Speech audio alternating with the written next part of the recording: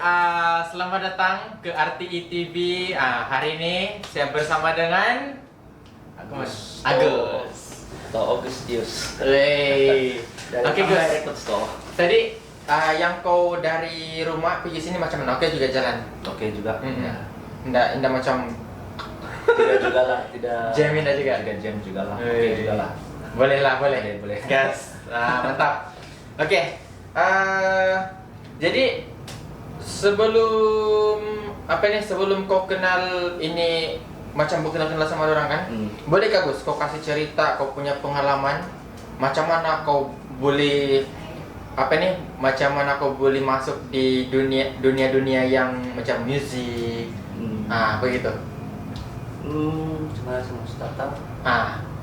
Actually saya start dengan dunia DIY lah. DIY. Saya start dari tingkatan lah. Tingkatan. Dulu saya sekolah di Maktab Sabah, so saya start buat newsletter. Dulu sebelum Zin saya buat newsletter dulu. Newsletter tuh karena saya kasih panggil dia Pessimism Youth Newsletter. Saya start menulis tentang scene hardcore punk, dari segi music lah, fashion, and then lebih pada etika lah dalam DIY itu sendiri. Gitu. Untuk macam gigi, kalau dia bawa weapon, apa itu semua lah. Dan cerita dari segi fashion, punk itu sebenarnya bukan fashion and music, dia lebih pada activism, macam sharing any activity macam free food, buat tolong orang yang macam Macam orang yang memang perlukan bantuan, and then kamu collect dan bagi macam kerja-kerja komuniti lah. Community sama lebih pada aktif pada isu-isu sosial lah. Macam contoh kalau dulu di KK ada macam case robol, kami organize untuk buat protes sambil bagi makanan percuma. Mantap. Beginilah satu komuniti yang kita mau. Tapi dulu di KK saya start dengan ada satu grup lah. Dulu kami bergabung dengan kawan-kawan dari UMS dulu. Dan itu lewat tahun 1998 berarti saya. Dulu KK ada satu grup kolektif kena panggil Kota Kinabalu Kolektif. So di site DIY pula dia ada kasih kolektif, so bergabung dua kolektif nih dari musik dan juga activism. Jadi satu kolektif, kasih kolektif lah dipanggil.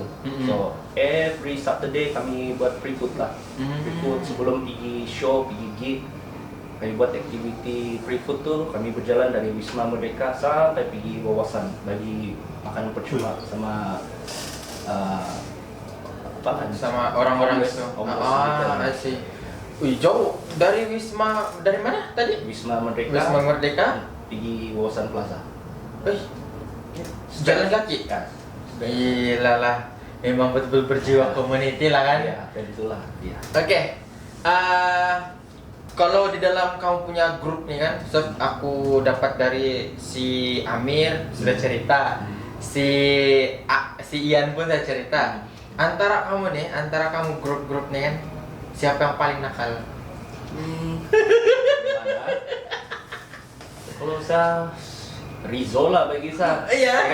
Macam mana? Habis saya sama Rizzo dulu kami satu rumah sama-sama. So wujudnya friendship tuh dari segi kami berkenal tuh dari segi buat printing baju. Rizzo punya skill lain, saya punya skill lain bergabung. So dari sana banyaklah lawak-lawak yang sama-sama susah, sama-sama lawak jenaka lah. Itulah. Memang lawak-lawak yang memang lah. Iya. Oke, paham sudah. Itulah Rizzo selalu buat benda yang serius. Jadi ada scene yang lawak-lawak. So detail nampak serius. Betul. Oke. Jadi kalau di dalam apa band kamu tadi itu? Sama si Ian? No control. No control. Bukan. Kalau dia sudah. Ya, Oh. saya tidak sama No Control. Saya just buat merchandise dorang saja. Actually sebelum ini saya ada band dengan Ian, band tuh House. Iya. House. Betul ini. Ya. Ini. Kejap. Ini House kan. Ini aku mau tanya Mas Ian nih, tapi Indah aku simpan ini ini soalan untuk kau. Oke. Macam mana kamu terinspirasi tiba-tiba kan yang kita kasih nama ini band House. Kenapa? Kenapa tiba-tiba? Early days dia tuh kan saya sama Ian memang ada minat satu band lah dari Japan. Gauss nama dia. Gauss. Dia main memang hardcore punk lah. Dari tahun 80-an lagi band. So bila saya dengar balik tuh dari MP3 itu dari record, and then try tanya Ian kita buatlah band macam Gauss, simple catch raw, laju gitu. So Ian pun interesting, so kami cari line up lah, line up Adit dan Dice. So terjadilah House. So House tu pun mula-mula belum lagi nama House lah, macam Ian dia mau kasih nama Loveless. Gitu. And then saya rasa macam ini macam band yang mau main macam shoegaze begini. And then saya rasa kelas saya cakap kasih nama House saja lah, lagi senang. Ya House lah. Jadi itu bentuklah House. Kenapa? Kenapa tiba-tiba si Ian boleh kasih apa Loveless? Iya, Loveless. Terlalu tersakiti. Okay. And then lepas ini House sudah terbentuk. House kan? Yeah. House. Mau minum kan? Thirsty ya. House, okay. Jadi lepas ini House sudah terbentuk kan? Ada berapa show yang kamu pernah sama-sama pergi tempat tuh? Actually House ni kan dia short, sangat pendek lah dia punya period of time lah ni band. Dalam masa 3 bulan saja kami ada show sampai 4 dan 5 hotel saja. Tentu ada satu space di KK kena panggil Terminus. So kami buat recording di sana, show di sana juga. And then di Mars, tentu Mars sebelum live house KK itu ada Mars KK live. So ada show di sana juga. Opening Mars itu sendirilah. First show di sana, dan baru pergi Terminus, dan baru tour pergi Penang dan KL. Tentu dengan band dari New York lah, Haram. Wih gila, Ya. Apa? Nama band tuh Haram dari New York. Haram? Ya. Dia mostly band ni nyanyi semua dalam bahasa Arabik lah. Oh, I see. Okay. Kalau tapi sekarang kau masih lagi main band lah? Sudah? Tidak. Memang full time buat merchandise sudah? Full time buat artwork, sell artwork untuk band lah. Untuk band macam contoh adanya Kambai Record ni, saya mau buat keterbukaan untuk buat desain template untuk mana-mana band lokal lah yang mau rilis dalam bentuk fisikal, contoh tape, CD, vinyl record. So saya buat semua template dia lah. Contoh kalau tu band ada artwork, saya just put saya tu artwork dan buat arrangement, color semua. Kalau band itu tiada artwork, saya kena create lah. So saya liaise dengan band apa yang macam mana konsep yang kamu mau. Saya akan create dulu artwork dia, and then buat mockup dia, pemilihan dia. So band tu pilih ini macam biasa saya bagi 3 option dalam artwork tu mockup. So band tu akan pilih antara 3 ni lah. So dia pilih, contoh dia pilih B, saya ambil ni artwork, put dia punya title semua, tengok arrangement dia, kalau orang setuju baru proceed, proceed pilih press. Mantap lah. Jadi ini Kambai ini dia memang banyak membantu dengan yang lokal kita punya band lah.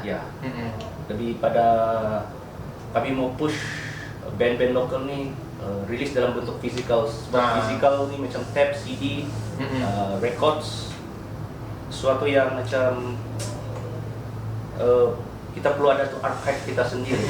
Macam saya ada band, kita kan bisa rilis dalam bentuk digital kan. Betul, So betul. dia tidak ada tuh physical macam tab kita boleh buka, dan kita appreciate apa lirik, di mana ada orang recording apa semua gitu.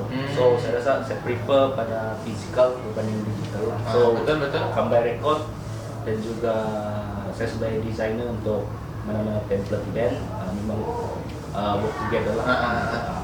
Wih, mantap. Memang satu misi Iya. sama satu vision yang jauh untuk buat dokumentasi kan. Wih, bagus loh. Jadi untuk yang sekarang nih kan ada berapa band yang sudah pernah kau buatkan untuk dorang? Banyak sudah. Banyak sudah. Ya. Dia selain daripada physical punya macam CD, tape, record, saya buat juga poster event begitu. Poster event untuk mana-mana community music lah. Contoh yang the latest one, yang previous one yang saya pernah buat, Japan punya event Punk Met Before Sound. Punk Met Before Sound ni dia dihandle oleh Yuki dari band BBC di Japan, Tokyo. So dia tanya saya untuk buat satu poster paparan. So saya buat semua. So bekerja dengan kawan dari Japan tu banyak experience juga lah. So kalau di Sabah macam event tu 3 bulan, lag dulu. Betul. Mau dekat 1 bulan baru kejar masa. Ini bila saya work sama Japanese punya kawan, macam dia bagi task ini bulan, so saya kena dalam minggu ini ada sudah mock-up begitu. So dia push sebab timeline di sana berbeza dengan di sini. Betul. Society sana macam kawan-kawan sana yang bekerja, orang perlu take note date. Kalau keluar official poster, orang akan take date itu untuk ke bawa pergi Yang event sebenar. Supaya orang tidak termiss. Iya. So saya yakin kalau macam Sabah buat begitu, contoh lah kita ada event, kita akan bincang 3 bulan dari sekarang lah, sebelum event, supaya apa-apa macam small problem kan, macam change venue sempat lagi. Iya betul. Kecuali itu band kena fix, this band kena fix, price ticketing fix begitu. Oke, cerita pasal price. Cerita pasal price kan. Macam mana masa kamu dulu kan yang masih lagi di band yang house tuh. Jadi setiap yang kamu punya show tuh berapa lah kamu dapat masa tuh? Biasa based on organizer juga, so dia akan bagi token. Token kalau paling-paling dapat dalam bawah 300 lah. Tapi still appreciate. Iyalah, betul. Sebab itu sudah peluang untuk jumpa kawan. Jumpa kawan. Sebenarnya saya tidak kisah pasal payment, betul. tapi yang lebih penting pada komunikasi lah bersama kawan-kawan baru, kawan-kawan lama yang lama tidak jumpa gitu lah. Wih, emang betul-betul jiwa seniman tuh Lebih kepada experience lah. Iya. Betul. Jadi kalau sebelum kau sekarang kau ada study pasal graphic design kan, semua kan. And then jadi sebelum kau buat grafik nih apa kau punya kerja sebelum tuh? Dulu saya pernah mengajar di Cosmopoint lah dulu. Saya dulu lecturer di Cosmopoint. Oh iya. Tapi saya berhenti sebab lebih minat pada desain luar freelance lah. So lebih minat pada DIY, berjumpa dengan orang, kontak dengan band, kontak dengan artis, exchange dari segi konseptual sama artis-artis yang buat desain lah gitu. So makin saya minat ke arah sana. Cosmo sekarang bukan orang tukar nama enggak? Saya tahu sudah. Apa tukar? Itu biarlah. Abaikan yang itu. Oke. Oke, sekarang kita mau cerita pasal kau punya pengalaman di dalam masa kau sebelum kau kenal musik, macam mana kau dapat kenal musik gitu. macam biasa lah. Terus kenal macam kita tinggal dari band yang kita minat lah. Terus memang saya minat Operation Ivy, Green Day lah, dua band ini inspired. And then lebih pada saya minat musik tuh lebih pada lyrical lah, cara dong buat lyrical. And then start menulis lyrical tuh itu yang bikin saya minat daripada mau buat band. Ya. And then ya itu sih lah, saya rasa dari segi lyrical yang membuat saya terus bertahan dalam DIY lah. Tapi memang dari kecil memang minat sudah dengan band-band yang tadi kau cakap tu lah. Ataupun ada satu benda yang bikin trigger kau untuk best pulang di benda. Begitu. Lagi saya minat musik tuh memang dari physical lah. Terus tab dapat Operation Ivy, tengok buka demi sleep. Kenapa ada band yang buat begini ya? Macam so minat itu arrangement, design semua. Dan saya try buat time sekolah dulu saya bertanding dengan kawan buat sleeve punk rock. Dia buat sana, saya buat sini. Habis itu tengok apa compilation dia. Band-band yang dia minat. Exchange itu cover. Mesti yang zaman-zaman yang tulis buku, ada buku nota, ini ada yang lirik. Ya. Kan maksud saya dia macam sleeve tab tuh. So buat tuh artwork di situ. Dan lipat. Saya bagi ini list sama kawan dengan tab sekali lah. Sudah rakam, saya bagi exchange. Tapi kamu ada juga lah macam yang tulis lirik semua yang di buku-buku selain buat artwork tuh. Itu indah. Mungkin di zaman-zaman kita lah kan. Saya lebih pada tuh artwork dan juga playlist dia. Contoh first track Operation Ivy, second Green Day, third Smashing Pumpkins gitu. Jadi kalau dulu kan dulu guna yang kaset bahkan yang kalau sudah habis putar guna pen pencil kan. Itu macam mana? Kau tidak. Dulu kau tinggal sebelah memang start dari kampung ataupun terus lahir di macam tempat sekarang nih? Di KK lah. Di KK. Jadi yang macam sumber-sumber ini CD semua ini awal kau dapat lah? Iya.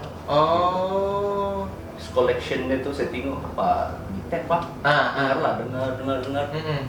And then saya rasa dari tab sama pengaruh radio lah.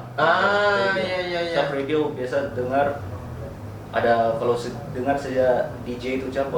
Next Songs, Green Day, ready satu tab rakam. Begitu. Sebab itu kaset tuh boleh rakam. Iya. Radio tuh boleh rakam, so masuk tab rakam. So semua playlist itu dari radio.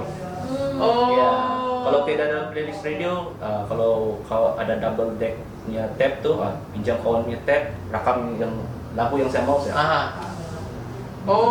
Jadi DJ dulu nih, kalau radio dulu setiap playlist tuh ini lagu dari ini, and then saya ready lah. Memang ada satu channel dulu, macam biasa jam 4 petang lah gitu. Sebelum masuk berita-berita Sabah gitu kan. English tuh dengar. Oke, ini apa band? Dengar lah.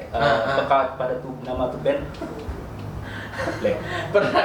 Pernahkah kan kau rekam bilang sekali awal rekam kah ataupun terlupa kasih off jadi sama DJ-nya terekam? Kita ada di sana lah, macam kalau tuh DJ biasa dia akan kasih slow dia punya sound, itu stop lah gitu. Dia mau continue next song ya. Iya. Betul-betul kena kan mesti bilang kan yang sini radio yang mendengarkan next song. Iya. Bisa begitulah. Kena cepat kan? Ya, cepat. Iya. Sebab aku tidak tahu pula kalau yang keset nih kan dia ada yang memang keset yang kosong untuk khas merekam. Memang ada. Ini aku baru tahu. Dalam 5 ringgit siapa? Satu tab kosong. So dia ada 45 minutes, ada 55 minit.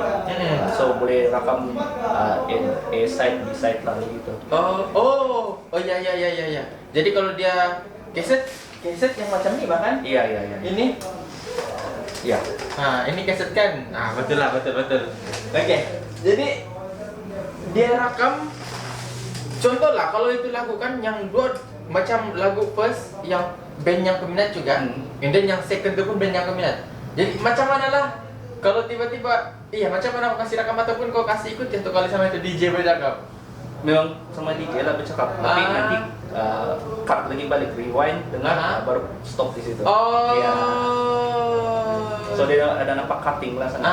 Tapi still lagi biasa itu saja bagi saya untuk kumpul archive yang saya dengar lah musik tuh begitu. Wih, tapi best bang. Ada momen, dia ada momen kan yang macam kau dengar, and then kau buat kerja. Kalau sekarang yang dengar nih, tidak lah, just open buka Spotify, dengar, and then lepas guna yang kaset nih, kau macam mana? Apa kau punya pengalaman dengan yang ini piring hitam nih? Pengalaman piring hitam. First minat piring hitam nih dari Ian juga lah bagi saya. Besar pengaruh Ian. Kami tour Filipina. Dulu Ian ada satu band Arakiri. Iya. Kami sama-sama tour ke Filipina lah. Dan itu saya jadi sessionist vokal untuk Arakiri. So sana saya minat drum select piring hitam apa nih? Try lah. Jadi 1-2 gitu. Dan last makin lama makin minat dengan piring hitam because dia punya sleeve lagi besar berbanding dengan deck. Betul. Appreciation untuk musik tu lebih mendalam ke record lah. Gitu, records. Ya. Jadi kalau contohkan kalau di piring hitam tuh berapa lagu yang ada di situ tuh biasanya? Itu based on length itu track lah. Contoh, ada yang bisa ikut genre juga lah. So ada satu band contoh lah main macam stoner doom begitu. So memang dia ada 12 minit panjang lah. So dalam satu 12 inch kadang-kadang 3 lagu atau 2 lagu. So di side B lagi 2 lagu begitu. So they based on length itu music juga lah.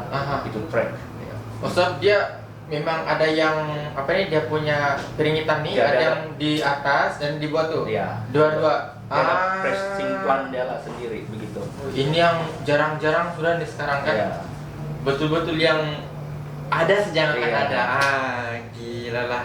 Macam dulu di Setia dulu KK ada satu record store je lah, Kinabalu record store. Dulu udah jual piring hitam, tapi sekarang macam tidak sudah lah. Sudah mendapatkan. Ini piring hitam ni dia macam yang kaset juga kah yang kita boleh record?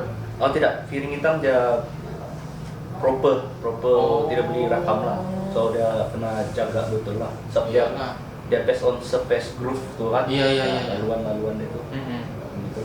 Jadi kalau tercalar tu memang dia boleh fix lah, tapi susah lah kalau mau fix. Kalau kasih bersih tu boleh. Kasih bersih macam habuk-habuk tu boleh kasih bersih. So dia efek dia kalau ada habuk? Iya. Dia macam dia loop pandai, macam kalau play di vinyl tu dia pandai lari. Dalam. Mantap lah. Sama kalau ada terlampau banyak habuk dia macam macam gini nih dia punya suara nih. Tengok di stylus tu ada habuk sudah. So kasih bersih habuk. Gitu. Tapi yang ini piring hitam pun dulu kalau mau kan ditukar-tukaran pin. Iya. Contoh lah kalau itu pin tuh habis. Apa solution apa Biasa tukar satu stylus saja lah. Memang ada jual lah. Ada jual. Pernah kah yang macam susah betul mau dapat ke pin tuh, tapi mau dia dengar musik? Dulu sebelum saya ada player piring hitam, saya cek yang DIY punya style. So saya cari jarum peniti. Lepas tu saya letak kotak kon, macam dari kertas. Iya. Dia saya pusing sendiri. Jadi dengarlah ada suara nih. Gitu. Itu sebelum ada player. So ingin mau tahu kan macam mana soundnya.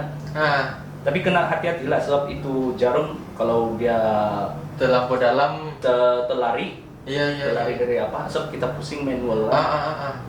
Tapi still boleh keluar sound lah. Yang cuma gitulah kalau dia tidak smooth lah. Kau kena spin laju sedikit lah. Tapi itu manual lah. Penuh dengan eksperimen. Iya, eksperimen. Itulah macam selain itu kalau mau bersih piring hitam pun saya rasa saya DIY dulu supaya sabun cuci piring kita. Oh boleh, tidak ada masalah. Cuma jangan terkena pada label lah. Oh. Kayak cuci piring, habis pan baru, pusing lawan arah jam dulu, baru ikut arah jam dan cuci dia bersih. Gila lah sampai sedetail itu aku jaga tuh barang. Gila lah Gus. Oh iya. Cuma kertas keringnya pun yang pakai baby punya lampin itu sebelum pelan press dia tidak pakai hair dryer lah. So kalau pakai hair dryer dia itu groove panaskan dia dia berkembang habis. Piring hitam ini dia sensitif pada heat. Betul. Wih gila lah, benda-benda begini kan betul-betul yang nostalgia kan. Gila. Oke, Gus, kita rehat dulu sekejap untuk section 1. Oke. Dan lepas ini kita akan pergi ke section 2 dan akan ada lagi soalan-soalan yang lagi menarik. Oke. Kita bercerita-cerita santai aja nih, Gus. Alright. Oke. Mantap.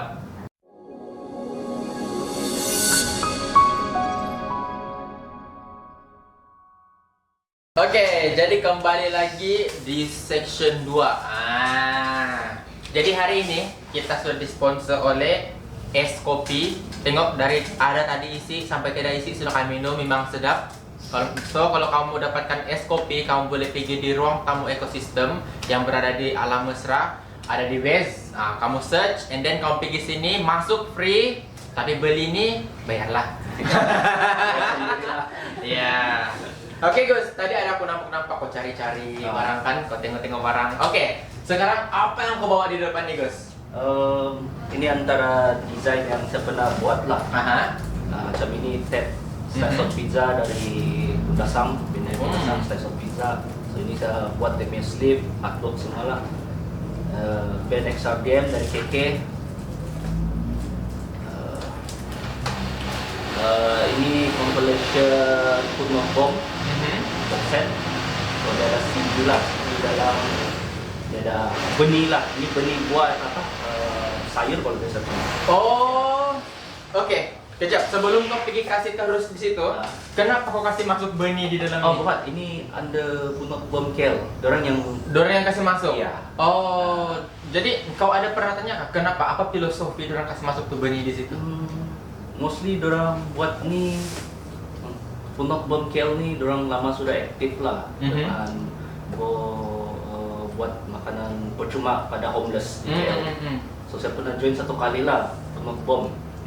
Waktu praktikal di KL lah selama 3 bulan saya join Punok Bomb KL bagi makanan percuma sama homeless lah. So Punok Bomb memang aktif lah dari segi aktivism di KL bagi makanan percuma, protes.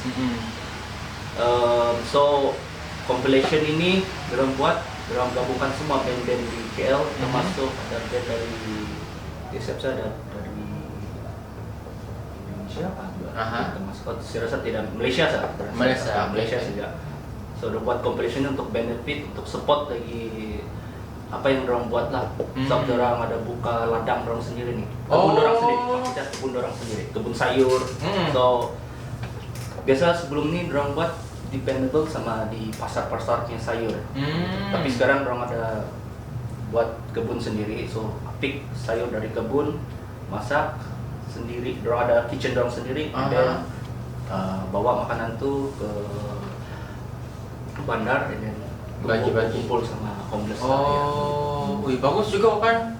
Mantap, ini community yang kita mau begini.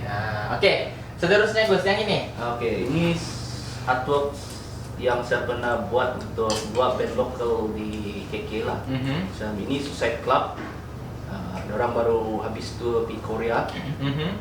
So first dia punya rilisan ini dari bentuk physical tab. Artwork ni pun saya buat style collage je lah, based on apa yang band mau lah. Gitu. So arrangement design semua dari saya juga. So saya liaise dengan band saja, kalau orang suka, at least kata putus dari band, orang suka ni artwork. So, then release. Iya, orang release. And then ini artwork yang saya buat untuk split Pogo Wolf dan Dogfight. Pogo Wolf dari KK, Dogfight dari KL. So semua artwork ni saya buat juga based on drawing lah. Drawing baru masuk digital, kasih color dia lah. Dan depan belakang dia punya artwork lah. Gila lah Gus. Jadi yang ini kau apa macam mana tadi? Kau pergi lukis secara fisikal dulu, and then kau scan, masuk Photoshop, kasih color. Baru masuk bikin template design. Jadi memang ada proses-proses dia lah. Jadi kalau macam begini kan Gus, yang ini macam mana proses kau dapatkan ide nih? Ide biasa dari band itu sendiri lah. Oh, dorang yang akan saja semacam mana tema dorang mau. Ya, gitu. Ada yang bagi suggestion yang macam dari kau saja Gus. Yang penting dia ada api-api, dia mau nampak macam burning spirit lah gitu. Oke, buat lah. Jadi kalau yang begini berapa lama lah untuk kau kasih siap satu artwork nih? Ambil masa dalam 1 bulan juga lah. 1 bulan ya, depend sama saya punya free time juga. Sama kalau mau cari idea tuh biasa saya akan tengok dari reference dari movie.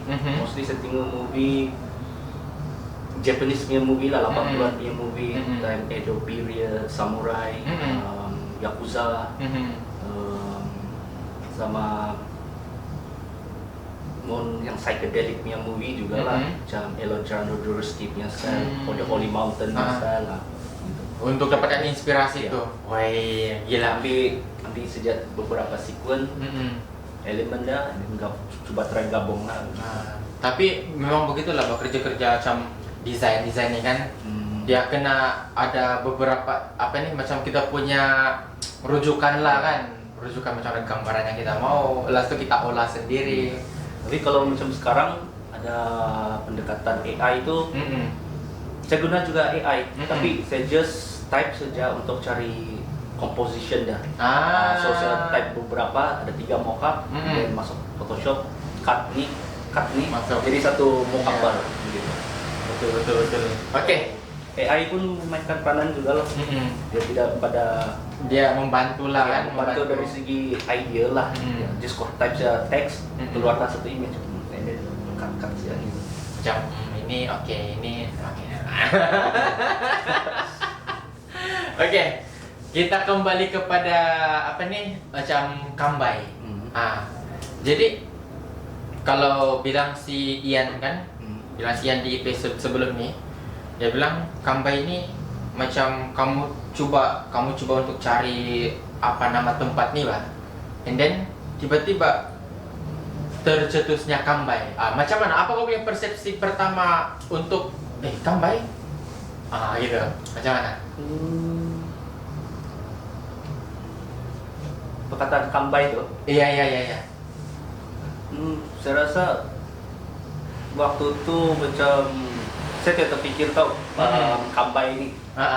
Saya just macam Don Rizzo mau buka record store, oke, apa yang saya boleh contribute? Macam di KK dia perlu ada satu physical record store juga lah begitu. So produk nama Kambai itu sendiri bagi saya tidak kisah pasal nama produk, yang penting ada physical record store. Gitu. Oh, jadi kalau macam kau ini, kalau dorang sedang ini nama, oke, boleh gas ya. So lepas dorang Rizzo come up with Kambai, logo Kambai itu saya yang buat lah. Kambai itu saya buat. So ada banyak lah mockup, mula-mula mau buat macam Kambai, macam mana dia punya konseptual lah. And then saya tengok desain itu saya ambil dari cover Operation Ivy. Operation Ivy punya cover. So saya tengok dia punya composition coba cut nih, cut, and then buat minimalis yang seboleh lah untuk logo Kampai itu. So terjadilah itu logo Kampai. Yang red apa? Yang ini kan, ini. Iya. Mantap lah. Dia jamnya. Ya begini Pak. Dia Kampai. Dia Kampai lah. Ya. Mantap Gus. Oke, jadi sudah kita bercerita tadi macam mana perjalanan kamu pergi sama-sama, dan itu macam mana kamu punya pengalaman. Oke, sekarang nih mau mau tanya lah, sebab kau memang lahir di macam di Kira Bandar lah sudah kan? Kira Bandar sudah. Jadi untuk kau punya pandangan lah dulu untuk ini orang-orang yang banyak iklan tahu. Oke, untuk kau punya pengalaman nampak-nampak yang macam underground begitu. Sebab yang aku paham lah. Ini music yang macam show yang macam kamu lakukan, kamu join ini, dia bermula dengan underground bahkan. Iya. Jadi macam mana kau boleh nampak benda ni, and macam mana kau boleh terfikir yang wah benda ni bagus, and then mari kita join gitu. Saya rasa dari communication lah juga, komunikasi di antara kawan-kawan lah, kawan-kawan. So, dalam circle yang saya kenal ada yang come and go, tapi komunikasi itu masih ada. So wujudnya komunikasi itu yang membuat saya stick dengan DIY spirit lah. So DIY spirit kita boleh buat apa saja yang kita suka, dari segi activism, dari segi creativity, tanpa ada barrier lah, borders begitu, tanpa disuruh gitu. Kita express, kita punya expression di situ, dari segi artwork, music, dan dari dua elemen ini memperkuatkan lagi itu komunikasi lah. And then contoh macam ada kawan sudah tidak into lagi DIY tapi masih lagi tanya, ada kau punya material kah? Oke, masih tahu kita ada tab ini, dia beli juga. Jadi kalau dulu kan untuk satu desain nih, tapi ya saya paham yang kita tidak berfokus kepada duit dan keuntungan, bahkan kita berfokus kepada karya. Oke, jadi kalau macam begini dulu kan satu desain ini berapa yang macam macam kau boleh bagi dia punya harga. So, dulu sama sekarang punya desain lain bahkan harga dia. Iya, dependable juga lah. So kalau dulu saya start buat desain untuk band kan, saya tidak fokus pada dari segi keuangan lah. Saya prefer pada sistem barter trade. Contoh macam band tuh dia baru mau rilis demo something, oke saya buat, ini saya minta 5 copy saja, 5 copy dari rilisan itu, begitu saya trade saya. So saya support, saya spread, kasih tahu kawan. Bagus juga kan buat sistem barter. Iya, sistem barter. Tapi itulah benda-benda beginilah yang bikin ada ramai kawan dulu, kan, ada boleh berkomunikasi dengan kawan. Wah, bagus Dan macam mana kau pernah terfikir yang satu hari nanti saya macam kau sama kau punya kawan-kawan mau buka satu ruang macam ini? Pernah terfikir yang sebelum ini ada? Sebelum ini tidak lah, cuma saya sama Ian dulu kami ada mau buka satu label record. Setakat nih baru 2 rilisan lah kami kasih keluar, tapi mostly band Japan. Baru 2 tape lah kasih keluar, under nama Nuclear Arm Records. Itu saya sama Ian lah. And then after that Kampai wujud, so stop, fokus pada Kampai sekarang.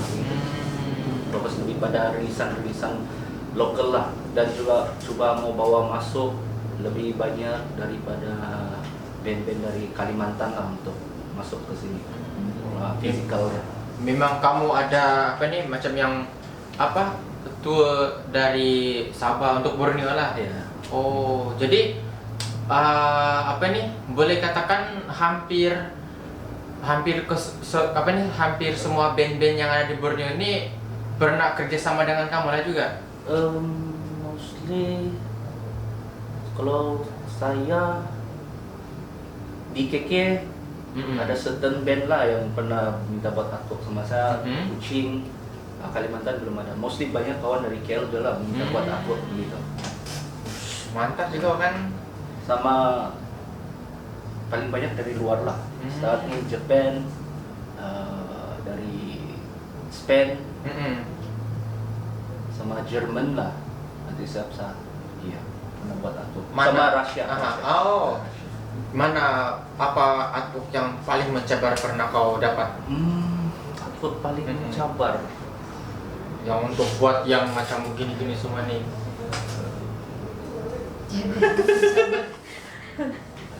Paling mencabar yang kau sudah buat desain kan, tapi kau bilang macam tidak ngambak kau bilang. And then tukar lagi buat baru. Terasa paling mencabar Japan punya artwork poster orang lah. Yang Punk Romantic Sounds dari organizer Yuki itu sendiri lah. So saya liaise dengan dia melalui email. So apa yang dia mau, macam dia bagi konsep saya, coba. So color semua minimalis juga lah. Kalau kau sendiri lah Gus, mana lagi yang kau rasa yang lagi keras lah untuk dibuat? Sama ada kau punya ide sendiri ataupun yang orang sudah bagi tema dan kau buat gitu? Bagi saya tema lah, tema yang dibagi oleh band itulah. Ya, sebab saya perlu liaise dengan band itu dari segi konseptual yang nampak di konsep begini. So ada orang minta ubah ini sedikit, buat lagi redraw lagi sketches gitu. Until orang positif, baru proceed ke final ink lah. Iya. Kan itu masih pencil lagi lah. So, saya tangkap gambar, kasih edit sedikit, tunjuklah beberapa mockup begitu. Mantap juga kan. Berapa lama sudah dalam ini bidang? Biasa waktu saya quit jadi lecturer 2010. Itu berapa tahun sudah? Lama lah saya rasa sudah. Jadi kau pernah sebelum kan kalau macam yang iyalah kalau pikiran yang orang-orang macam aku sendiri pun kan itu mau berhenti dari jadi lecturer untuk pergi di freelance tuh bukan satu yang mudah. Iya, bukan satu mudah ya. Jadi macam mana boleh kau ambil keputusan and then aku berhenti di sini dan aku mau teruskan punya kerja sebagai freelance. Saya rasa so minat to design lah, minat pada desain dan memang